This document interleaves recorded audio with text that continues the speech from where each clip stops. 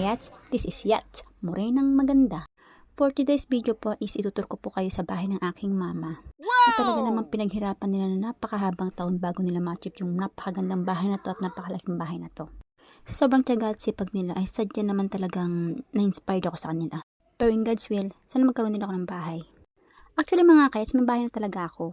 Kaya lang, wala na nakatira doon kasi wala na kami ng asawa ko. At ayaw ko na rin tumari ang mga anak ko doon. Kasi alam kong mas safe sila sa piling ng aking mga magulang.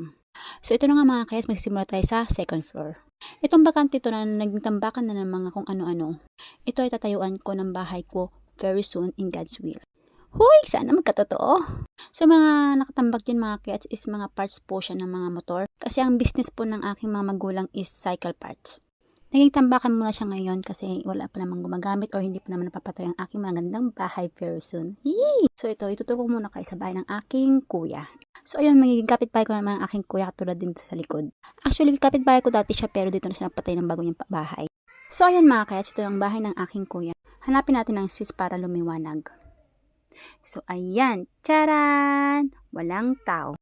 Sa sobrang pakilimero ko, hindi na talaga ako nagpaalam sa kanila. Basta-basta na lang akong pumasok at nag-tour sa kanilang magandang bahay. So ayun mga kayats, I think ito yung kwarto ng aking pamangkin na babae.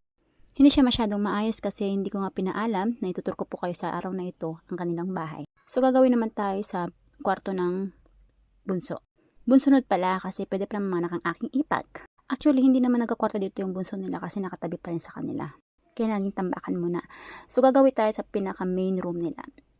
Ang kanilang master bedroom. Kailan hindi tayo nakapasok kasi nakalak pala. Kaya dito muna tayo sa kanilang kusina. So, ayun. Sumilip ng bahagya ang aking ipag. Kasi bubuksan niya ang kanilang kwarto for me. So, ayun mga kayas. Ganito talaga yung gusto kong bahay. Maliit lang siya. Kasi may pagkatamad talaga ako.